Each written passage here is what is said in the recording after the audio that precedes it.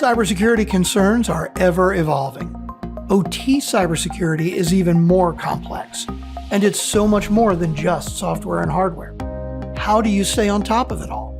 Aaron Crow has over 25 years experience with cybersecurity. 15 of those years focused on operational technology across multiple industries, and he wants to help you.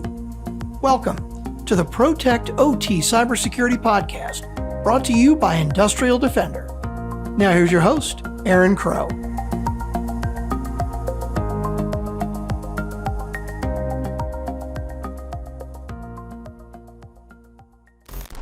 All right. Hey, Eric, thank you very much for joining me. Why don't you just do an introduction of yourself, who you are, and kind of what you guys do? Hi, Aaron. Appreciate you having me on today. So I'm Eric Olden, and I'm the CEO and one of the founders of Strata Identity. And we built this company to solve the problem of identity management for enterprise that run using multiple clouds. And kind of some interesting challenges here in this distributed architecture. Before starting Strata, I had been responsible for and ran the security for the Oracle Cloud and the Oracle SaaS applications and enterprise software. So responsible for all the product and DevOps behind the fourth largest cloud. And we have a huge install base in the SaaS world and a lot of complex identity requirements. And really, from the enterprise standpoint, it's hard to find a customer base different than Oracle's that is more enterprise than Oracle, if you understand. So, yeah. really got steeped in the enterprise with my time there. Before that, I've been in identity my whole career. I started my first company, Securant, with the Clear Trust product when I was in college at Berkeley. Two guys in the dorm room, all of a sudden had a 300-person company. We were going public and .com crash happened, so changed plans. Company got acquired by RSA. I was the CTO of that company, and during that time, I was one of the 4 co-authors of a standard called SAML.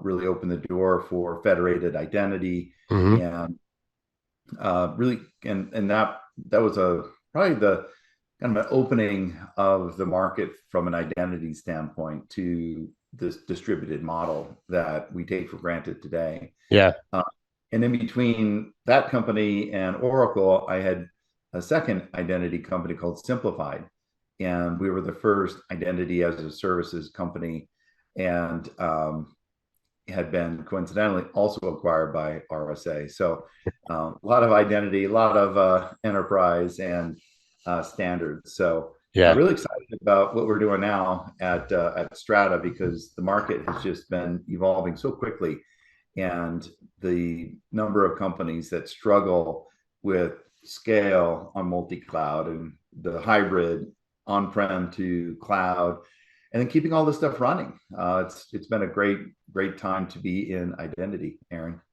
Yeah, it's identity is, we take it for granted because everything we do, when we log into a website, when our administrators are logging in to manage things, but cloud makes things easier, but it also gets super complicated very quickly. And it's very easy to click the wrong box and tear things down, break things, make things not work. And, it's really easy from an administrative perspective, going back to my roots of doing system administration way before cloud was a thing, but it's really easy to put in a workaround because I just need it to work. Right.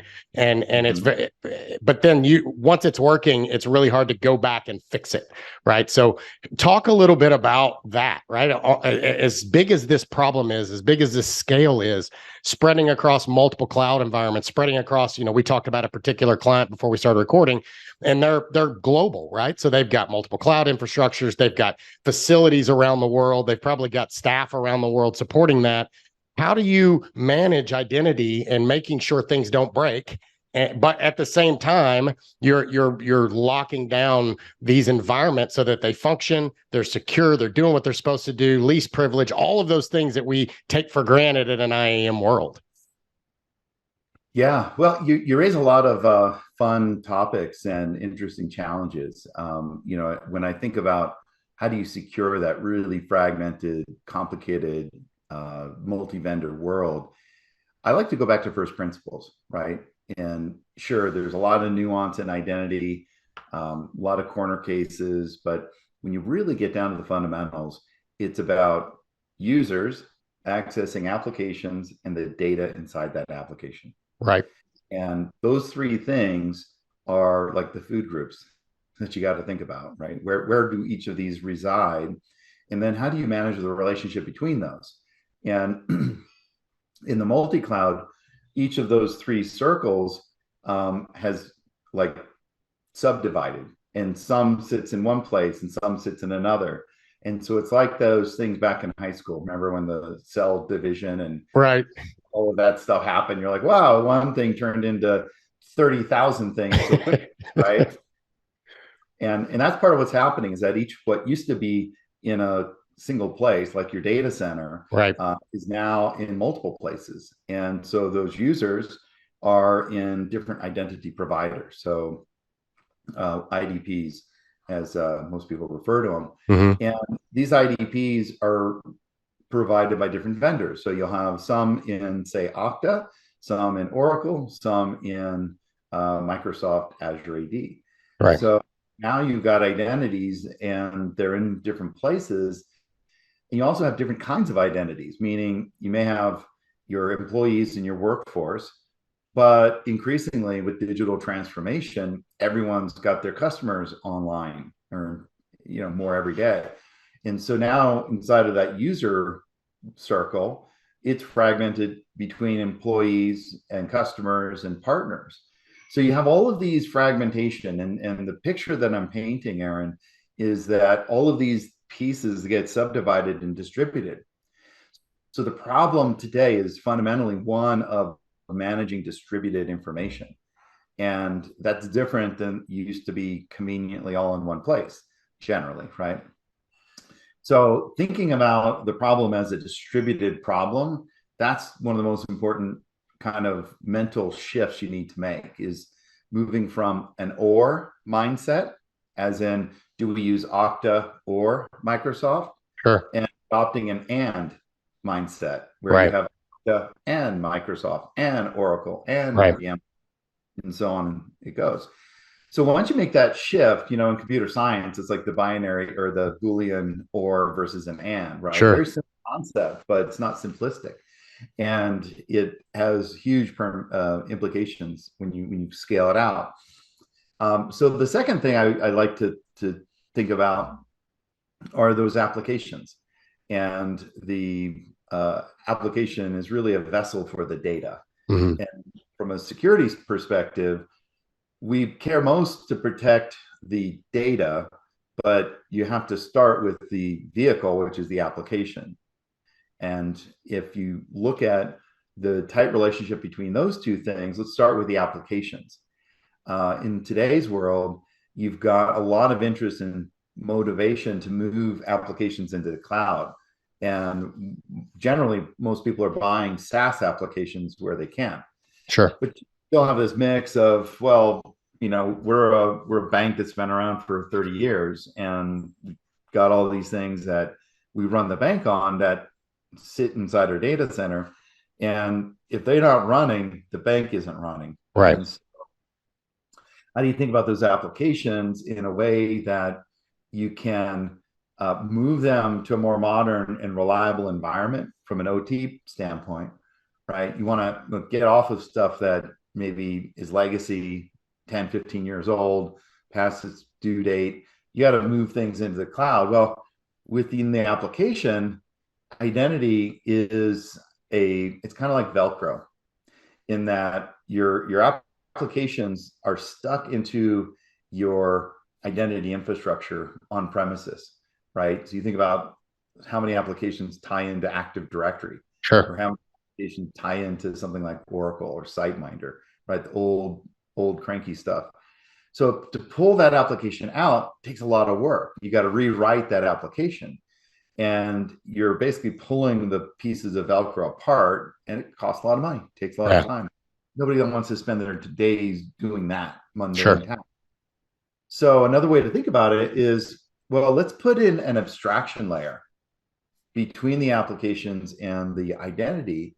And when you have that, it's like you put a piece of paper between the Velcro, and now you can swap out stuff below that layer without the upper layer knowing anything's happened. Sure. So that abstraction layer, we use a lot in compute in the industry, right? Abstraction layer, VMware, Yep. like probably the most simple example of abstracting hardware and applications. So now people can do an abstraction of the application from identity. Instead of a hypervisor, we use something called identity orchestration. So that's this new kind of technology my company Strata builds. Our platform's called Mavericks, but it's really an abstraction layer that lets you decouple that lock-in and allow you to move your applications, say, into Azure, onto Amazon, into Google, and do whatever without rewriting those. So that's probably the second big thing on most people's mind. And then from a data standpoint, with multi-cloud, something we're seeing the big enterprise really grapple with is data sovereignty. And when you're talking about, you mentioned earlier that global company, I'm sure as they're in more than one country, they have compliance issues. And the laws, even as close as Canada, are not the same as America. Right. And so when you think about where that data resides, identity data is this special kind of data. I like to think of it almost like radioactive, right? Pay attention to it, because if you don't, bad things happen. So being able to think about where that data from an identity standpoint, things like personal identifiable data, financial information, stuff that is IP related or mostly human related, that it has to be in a certain place. So now if you have customers who are in the EU and you're an American company, you need to find a way to keep the EU customer data in the EU. Right. So that means the cloud, whoever your provider, but you got to make sure that that identity tied data is in the right place, because it's not enough to say, well, we've got it in the cloud. It has to be domiciled in a certain place. Yeah. So the picture I'm painting is one of a lot of fragmentation, a lot of things everywhere, and it's evolving very quickly, but it's what has really driven the creation of this new category of software called identity orchestration. So it's been real helpful for companies that are making those digital transformations. So it sounds like like with many things, right, is the initial process, the transfer, getting to that place. Once I get that layer, then I'm not dependent. Kind of like you mentioned the VMware. Once I get to that VMware level, then I'm hardware independent. I can replace the hardware for HP, Dell, IBM, Cisco. I don't care. I'm just ripping and replacing. Hardware replaces, and it doesn't even skip a beat. The server doesn't even go down because I just migrated over. So similarly, getting to that first step of being able to decouple identity with where it physically sits, the on-prem, Active Directory, the legacy ways that we've managed these identities.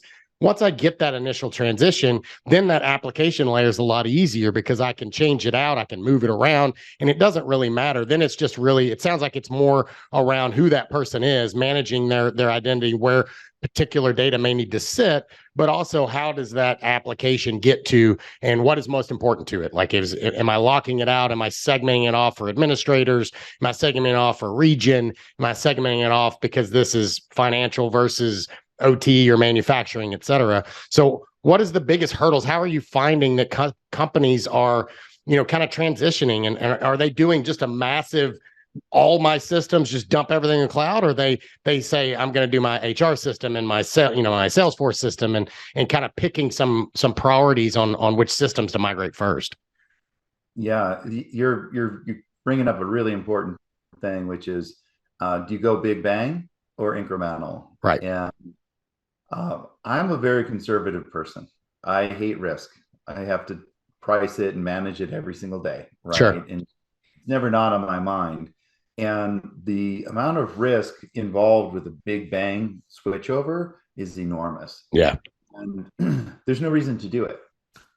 And instead, we find the way that people are making this migration and modernization is to do it incrementally. So you can use this abstraction layer as a key way to do that, right? And a good example is coexistence. So you have legacy applications and legacy identity, and you want to move those applications to the cloud and use cloud identity. So you got to change two things: identity and where the application sits. Sure. So the best way we find to do it is to do an inventory of all your applications and to find the kind of patterns that make up like the architecture, right? You may have some applications that are Windows based, others that are Java running on Linux. So you start to understand the technology that you've got and where you want to move those applications into a public cloud environment. And once you've got those, we break them down in terms of how mission critical are they. So you don't want to start with your, top most important thing. Sure. But a good way to do it is to look at your most important one. And let's say that this company is a Java shop. Things run on Oracle database on-prem, very classic architecture. And they also have Windows applications. Their main order entry app, which runs the core business, is on that Java stack. But find one that is on that Java stack, but isn't the order entry application. Sure. Maybe it's a quote builder. I'm making this up, but you get the idea. Yeah. So then you get that quote builder that's on the Java stack, and you move that from the legacy identity, like the Oracle stuff, and you put it onto the orchestration platform, which I'll going to share a little bit more detail in a second. But in essence, you put a proxy in front of that application, and you lift and shift that application to the public cloud. So now the app is running there. It's expecting that identity to come from Oracle. Right. So the second step in that process is to get the identity from the cloud. Let's say they want to move to the Microsoft world and use Azure Active Directory. Yep. It's called Intra AD now. And so you would then connect that Azure AD identity to the abstraction layer, and inside the abstraction layer, associate Azure AD with that legacy application. And then the abstraction layer will translate, for instance, the OpenID Connect integration that Azure AD is expecting, and translate that into a header-based authentication, which is what Oracle uses, like Sure. header, kind of your proxy, classic, non-standards based way.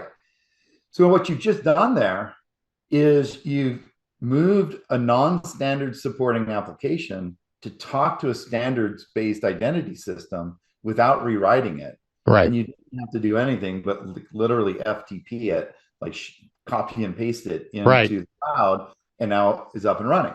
So that's like the baby step. And then once you get that, stress test that, make sure it works, and then start to go back, because eventually you want to move all of it over. Right. And then come up with a plan about how you're going to do it and move them in batches and get incrementally more significant, because you'll have confidence. You know that it still works when you move it.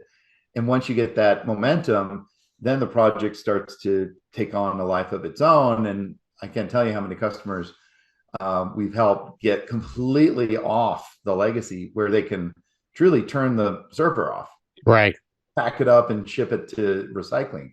Yeah. And people love that. And so, but that's how you do it. You don't do it all at once. Start with something, prove the stack out, build on success, and then eventually you go from coexistence to just having everything run on the new stuff, shut the old stuff off, and you're good to go. Simple concept, right? It's the same thing we've done in networking and forever. Port forwarding. If I'm going to DNS, my old DNS server's over there. I'm just going to have this device in the middle, and if anytime I get that request, I'm going to instead send it over here. He's going to respond. The client never knows the difference. All he cares about is he gets the response that he was looking for in the format that it was looking for. Okay, I'm good. Yeah, I got what I needed. Right. It really helps to remove the requirement for having to re-architect those applications. And you talked about it in the beginning, that banking example, right, is a lot of their systems are so legacy, it could cost millions and millions and millions of dollars if they could even get it recreated, and the loss of revenue, the loss of potential business, where doing this allows them to keep some of these applications that are they're custom in-house and still function in a newer architecture, in a new, more nimble way, using the correct identities and going to a cloud-based environment without having to build from scratch and start over on these 20-year-old systems.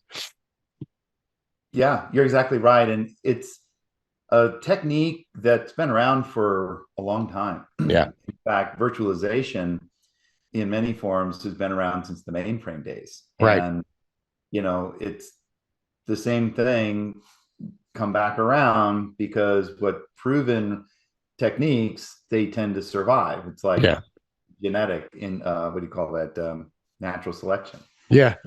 It's like no surprise that we're doing it similar way, different technology, but you do it because it works. And so, it's been kind of interesting seeing how, with this generational shift from on-prem to the cloud, a lot of things have changed. Like, all the vendors are changing. Sure. But the concepts are the same, and they're just being moved from enterprise or on premises, then it moved to, say, SaaS, and then SaaS moved to public cloud, and public cloud now is evolving into hybrid cloud. Sure.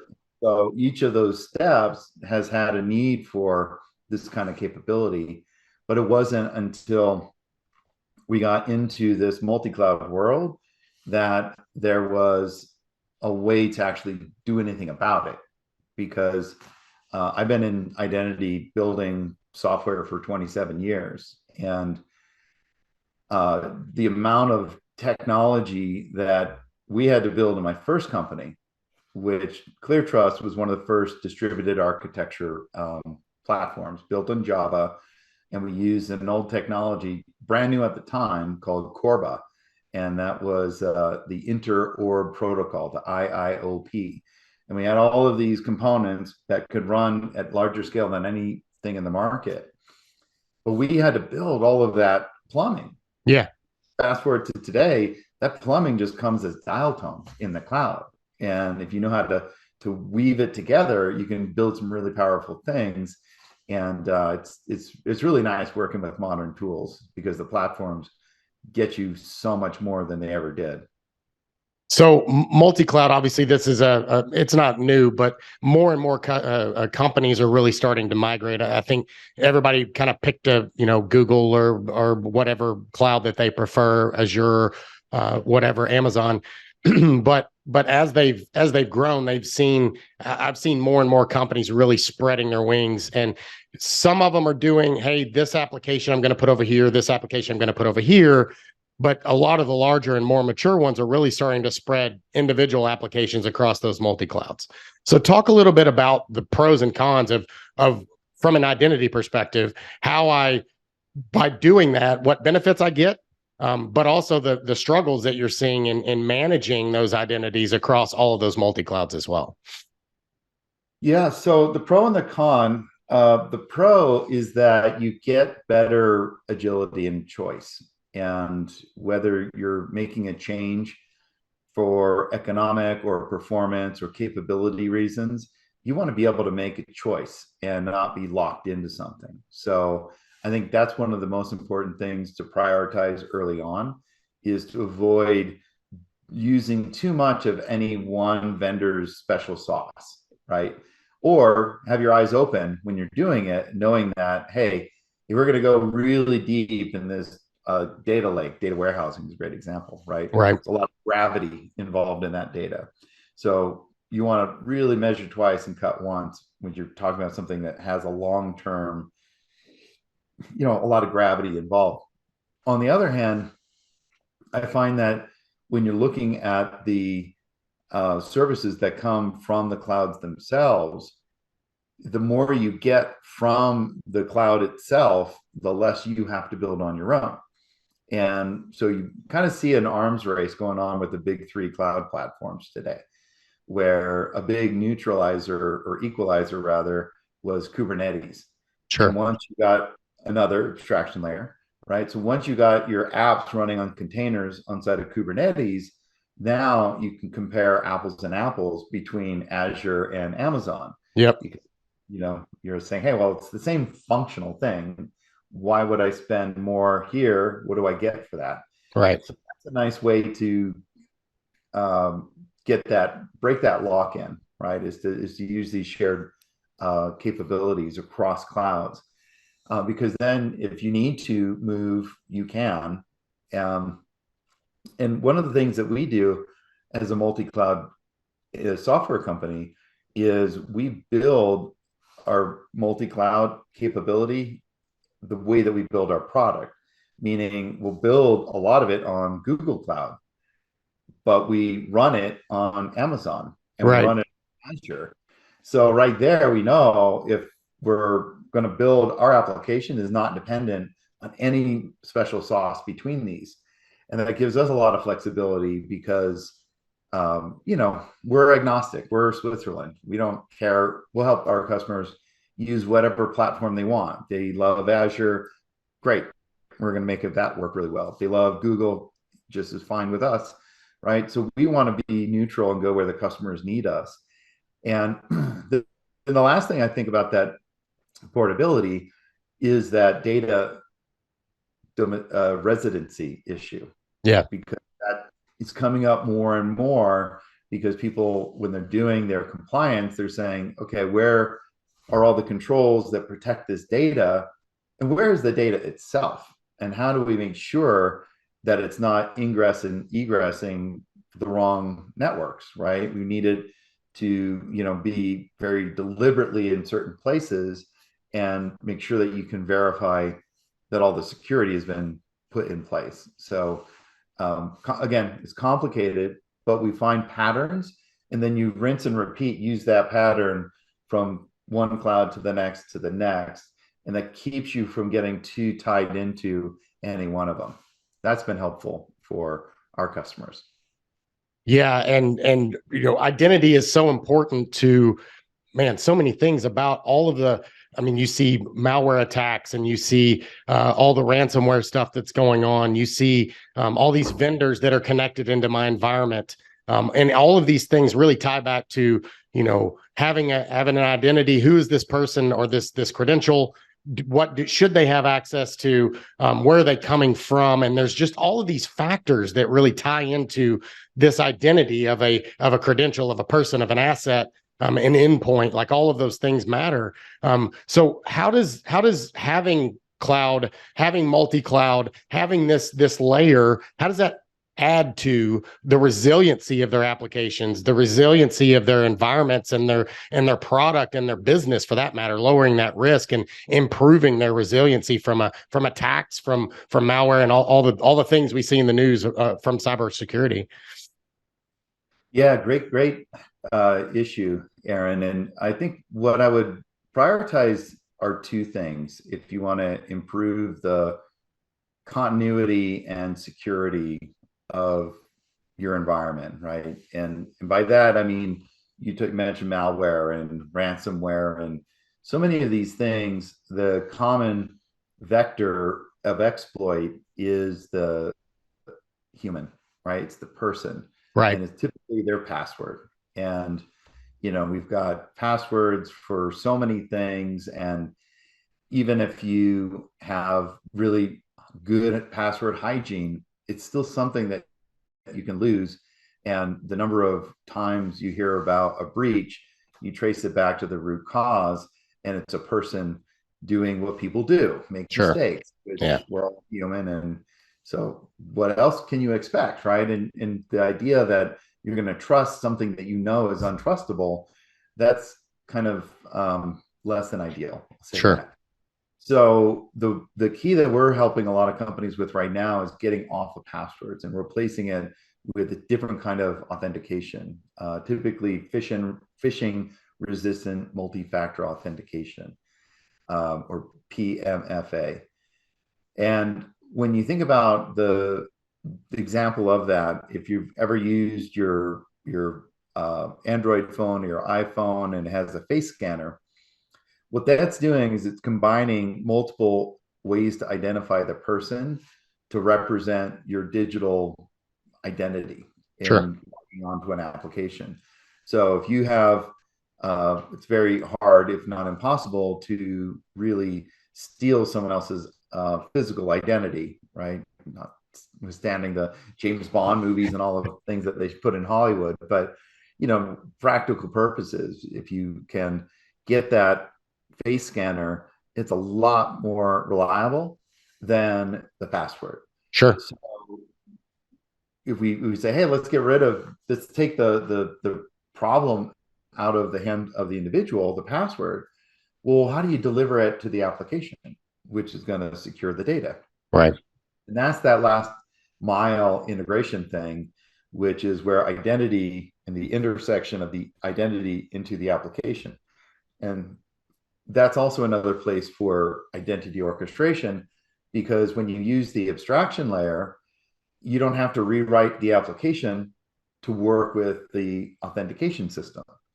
Instead, the authentication system gets embedded into the abstraction layer, and it's made available to any of the applications that are secured by that identity orchestration. So you can basically put a new kind of authentication, like we love a company called Hyper. You have a really great product, but there's tons of other ones. Sure. But you have some tool like Hyper, it has that experience on the phone, and you can use orchestration to then deliver that to all of your applications at scale without changing them, without rewriting them. And that will allow you to take the human factor and the vulnerabilities of passwords off of the environment in days, literally days. And we do this all the time. So that's a really fast way to improve your security posture and prevent those ransomware, prevent those hacks and breaches. And also now increasingly get a better rate on your cyber insurance, or get a policy at all. Right. If you don't have MFA, you don't get a policy. Yeah. All times now. So a lot of benefit in doing that. And then the second thing that we see as an interesting advantage of fixing the availability and resilience is around using identity orchestration to provide identity continuity. And what that means is failover for your identity provider. So a simple way to think about it, imagine a organization with a lot of retail stores all over the American Southeast. And Sure. hurricane season comes around and all of the fiber optic lines get disrupted. And now you've got these places, these stores that normally want to talk to the cloud to authenticate the employees in the store. But now your cloud identity is unavailable because the disaster. So what a lot of companies are now able to do is use this identity orchestration to normally go to the cloud identity when there's no issue, weather's fine, everything's going against whatever cloud identity vendor. Maybe it's Amazon, maybe it's Microsoft, doesn't matter. But then in the event of an outage of the communication or some other reason the cloud goes down, then the orchestration layer can say, hey, I can't get to the primary. I'm going to fail over to a secondary that's here local on-prem. And maybe that means it goes back to an old system like an Active Directory even. And it's not perfect, but it's better because you can keep your store up and running. And if you don't have identity, you can't let people into the applications because it's not secure. And therefore, to maintain mission critical applications, think about how you're going to have identity resiliency and look at ways to have failover between cloud and on-prem, because that can help in those scenarios where your cloud goes down. You don't want to have a dependency on the cloud, but you want to use it when it's good. So that's Yeah, an amazing thing you see. That's huge. I mean, one of the things I focus on is OT, and thinking about OT environments. You think about a rail yard or a power plant or something like that. They right now, most of those are not, running in the cloud. But one of those things that, thinking through, it's coming at some point in the future, that type of thing. All of these legacy systems, there are some of those OT systems, EMS, et cetera, that are already starting to migrate to the cloud. But that use case you just used is a great example. It is the CIA triad: confidentiality, availability is the most important thing in an OT world, right? Because safety and availability trumps confidentiality, right? I don't care as much about the data integrity at a power plant as I do making sure that power plant is running. I want, when I turn my power light on, or my light switch, that the power comes on. So I need that operator, that end user, to be able to log on to that system. I don't want there to be any way that he can't get in to manage that thing. Think about a nuclear power plant. Like, he needs to be able to control that reaction. That is the most important thing. It trumps absolutely everything else. So unless there's that redundancy, the ability to, fail over and break glass, I don't have internet access, I have all these tertiary ways to do it, but I have to be able to authenticate no matter what. So having that ability is huge. And the fact that you can decouple it from, without having to replace the application or rebuild the application, having that middleman layer gives you the ability to start migrating things to those cloud environments, taking, like you said in the beginning, right? Take this non, critical system and migrate that over, prove that it works, have it fail over, and go through that process and really be able to do this. This doesn't just have to be an IT. This doesn't just have to be your Exchange server and your web front end. You can start migrating these critical systems, the plants, the financial systems at the banking. You can start moving more and more of these things, because all of the concerns from an OT and from a business perspective that, hey, I can't have that in there because I can't go down. What happens if I lose that access? Like, all of those are the problems that they come up with. And rightfully so, because they've seen these issues over the years. But this is one of the many ways that you could do to solve that problem and still be able to gain the benefits of that multi-tenancy, cloud, having the advanced capabilities of IAM without having to rebuild everything and rip and replace. So that's hugely powerful. Yeah, you're absolutely right. And I think the other thing that often gets overlooked, but from a nerd like myself, I can't help but I geek out on it, is the distributed architecture. Yeah.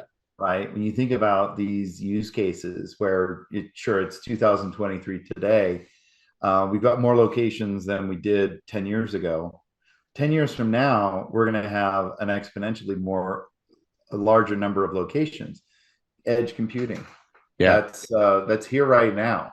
And when you think about 5G cell towers, those are incredibly powerful data centers, and there's thousands of them all over the place. And when you think about, well, can we take advantage of it?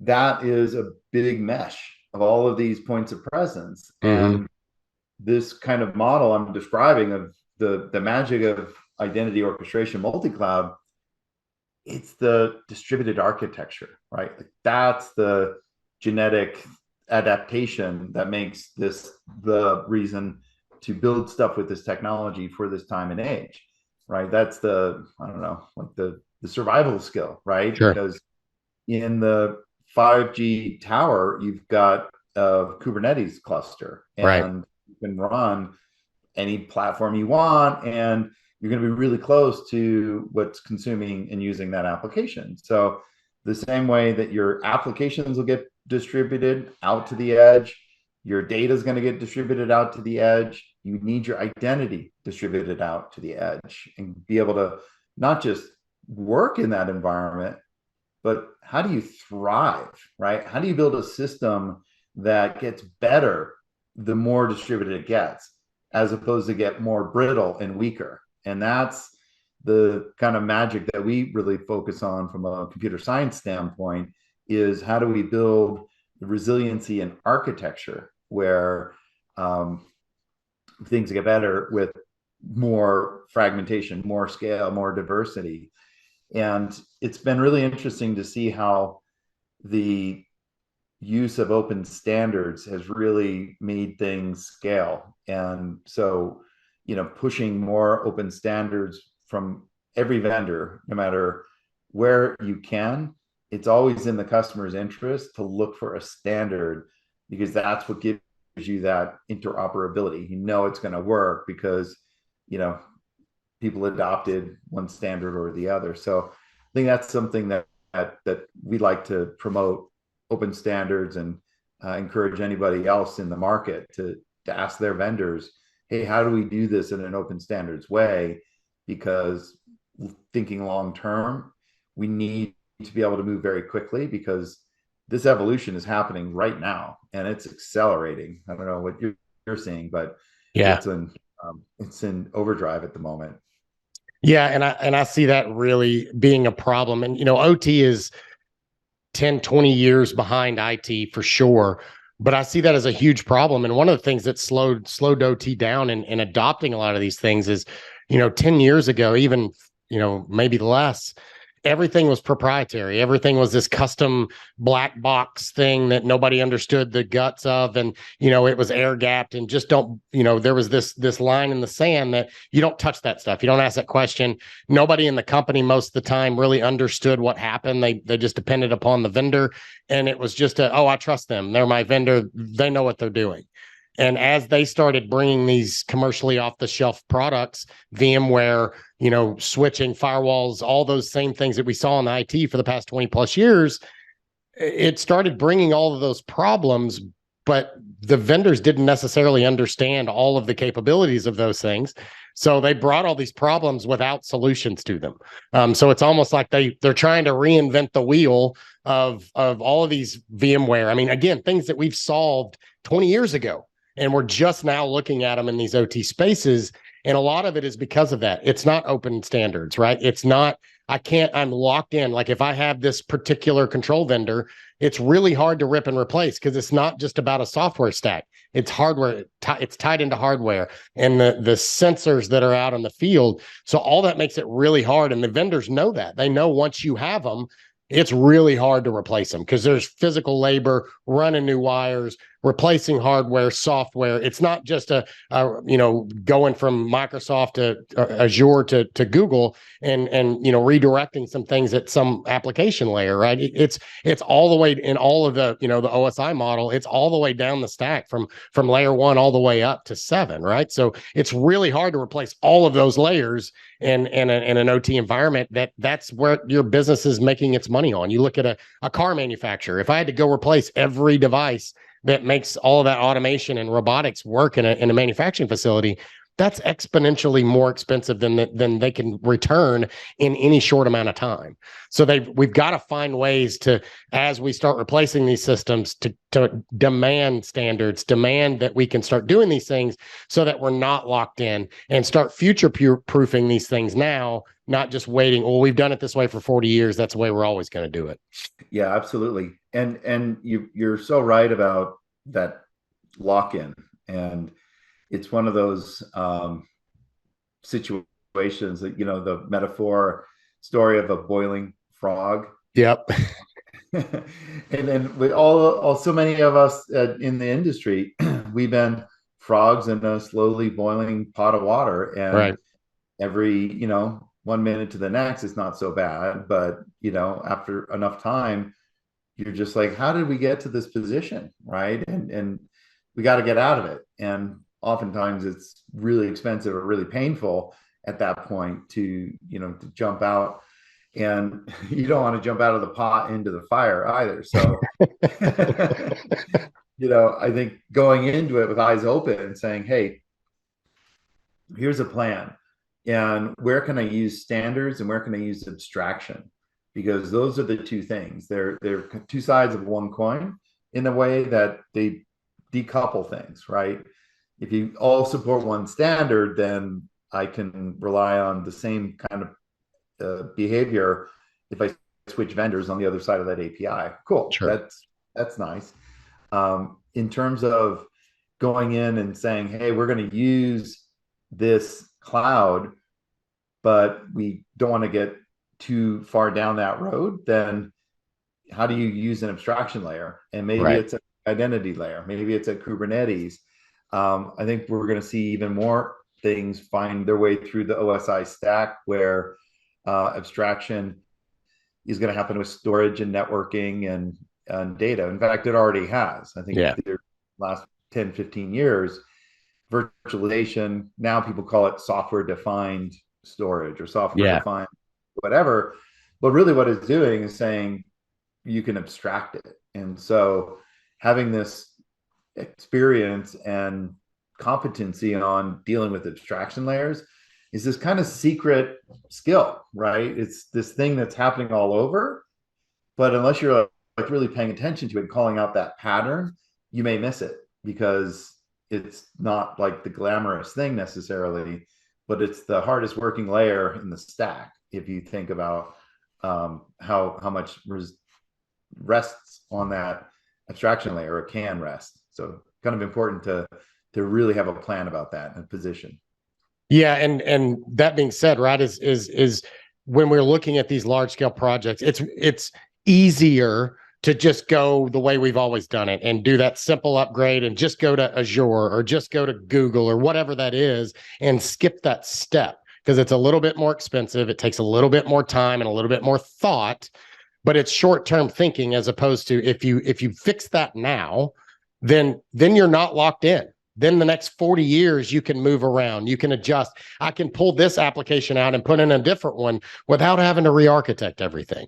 So it's making sure that you're having that vision and that foresight now when I'm designing it, thinking about, okay, we know we want to go cloud, but I don't want to be tied off on, I have to stick with Azure because I'm using all of their tools and I'm locked into their product and I can't change over because it would be too hard. If I do it now, it's easier than re-architecting down the road, rip and replace, et cetera. So how are you having that conversation with folks and in that beginning stages? Are enough folks asking those questions up front now? Are you starting to see a trend that people are starting to think that way as they're transitioning to this multi-cloud environment?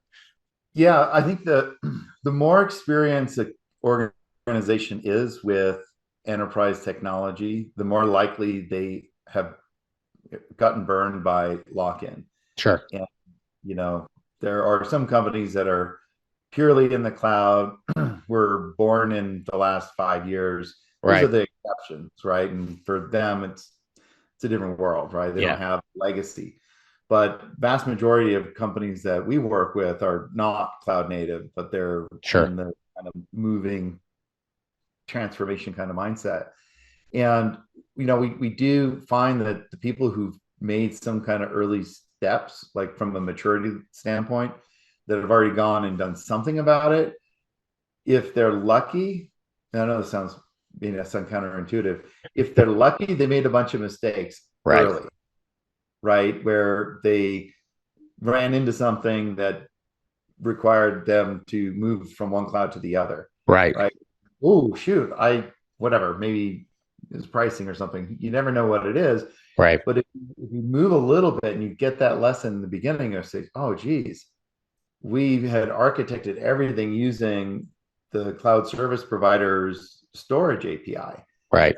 That's not a standards-based one.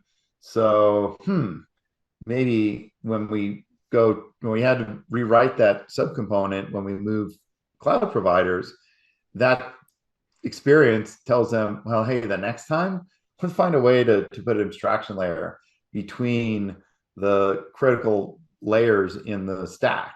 Maybe that's like an oversimplified way to think about it.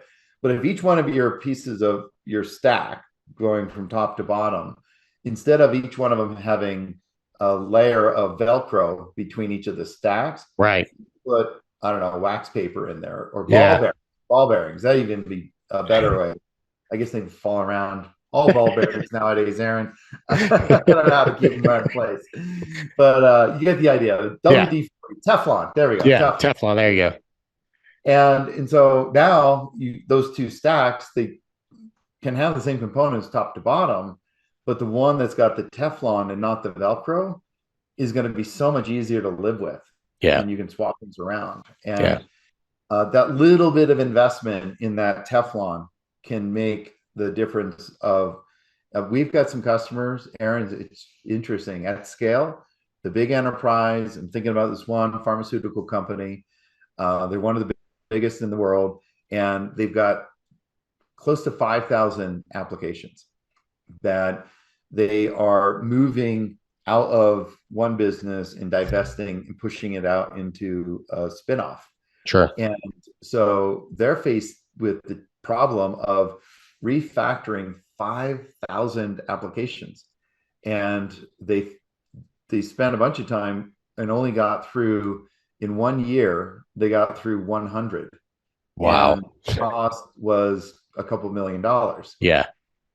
And so now they're like, how can we possibly, you add it up, $150,000 times 5,000, and you're over $500 million, Aaron. Yeah. Just to migrate them, not improve them, just migrate them. Yeah. It's crazy. It's absolutely crazy because like, talk about throwing money into a furnace to like heat up boil water. That's kind of what. So what they can do is use an abstraction layer and not rewrite not a single one of those 5,000 applications. Right. So not only is it going to save them money, they're a big company, they've got a lot of huge budgets, but nobody wants to spend money in a wasteful way. No. But it's the time. Yeah. Time is the same no matter who you are. And so it was taking 6 months per application. You do the math, 5,000 applications, that's 6 months apiece, 2,500.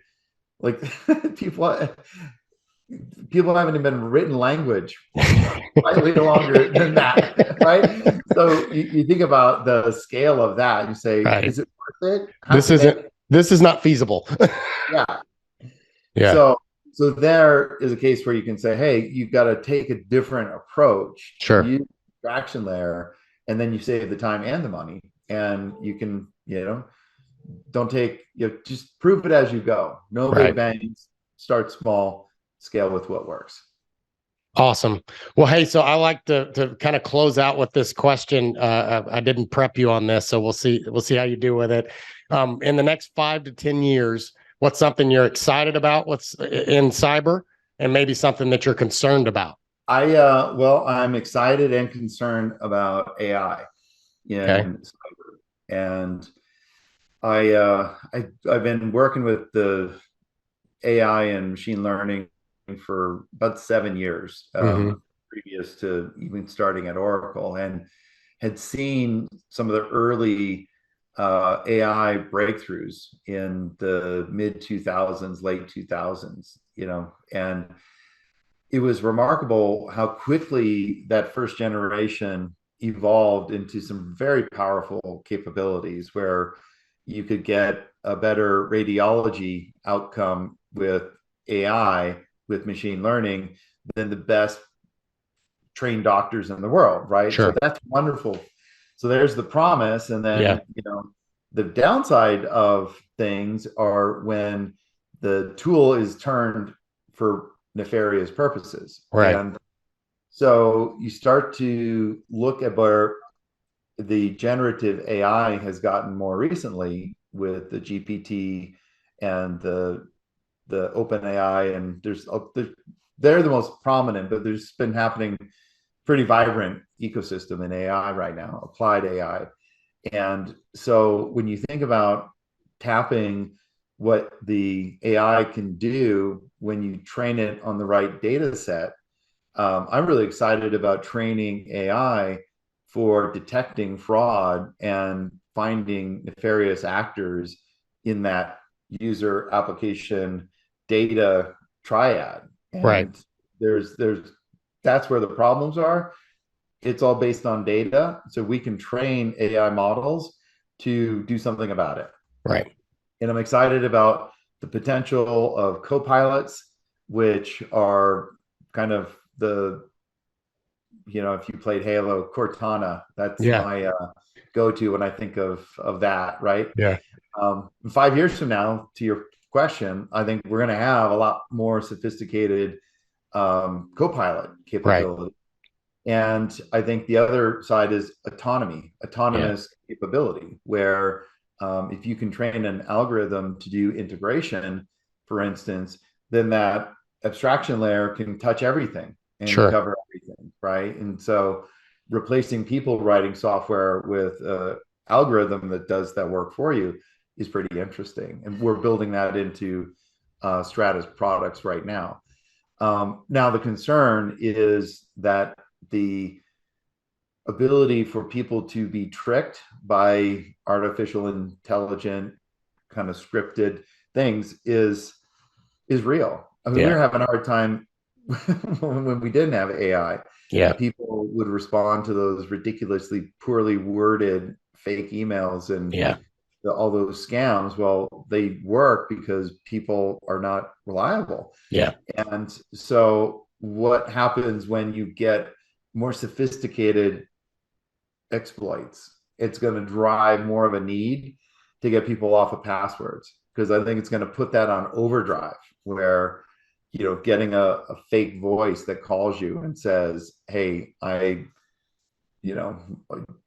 heard terrible fraud things that are saying, mimic someone's kid's voice saying I got kidnapped. And people are falling for it. It's a terrible thing. Absolutely.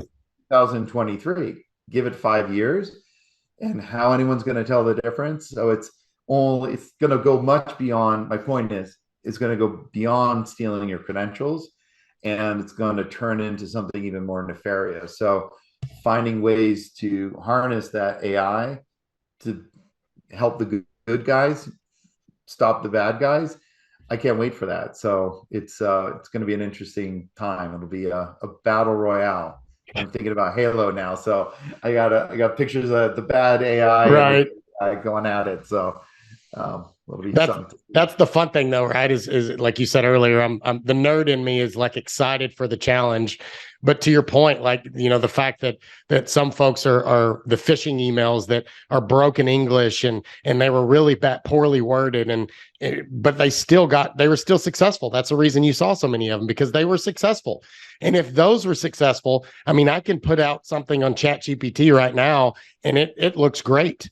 And way better than, I could even personally write, much less, the poor English and misspellings. And I mean, it can, like you said, create voice and even video, all that kind of stuff. So yeah, it's definitely something concerning, but also to use it for good. And what all can we do, that abstraction layer, and being able to search out for, fraud and all of those use cases.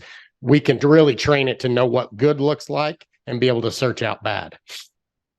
Yeah, absolutely, Aaron. You're awesome, Eric. Right. Well, hey, sir, thank you very much for your time today. I greatly enjoyed the conversation, and I wish you all the best, sir. And I'm sure we'll cross paths again some. Yeah, great. And Aaron, if it's all right, I wanted to extend an offer to the audience. Yeah, sure. Have any interest in following up on these identity challenges? We've got what we call the use case challenge. And if you have a really hard identity management problem that you've ever gotten stuck with or challenged, shoot it over to us. You can go to our website at strata.io/podcast, and you can submit your use case. And for good ones that we can show a demonstration, we'll give you a pair of Apple iPod the EarPod Pros. So that show you how much we appreciate your engagement. Awesome. We'll put that in the show notes, guys, and y'all can just click on that and go after it and get you some Apple AirPod Pros. Thank you. Awesome. Thank you, Eric. Thanks for listening to the Protect OT Cybersecurity Podcast. If you got some valuable information from today's show, please subscribe, rate, and review the show on Apple Podcasts, Spotify, or wherever you get your podcasts. To learn more about Aaron and to get your free copy of the OT Cybersecurity Solution Buyer's Guide, go to industrialdefender.com. That's industrialdefender.com, or you can click the link in the show notes.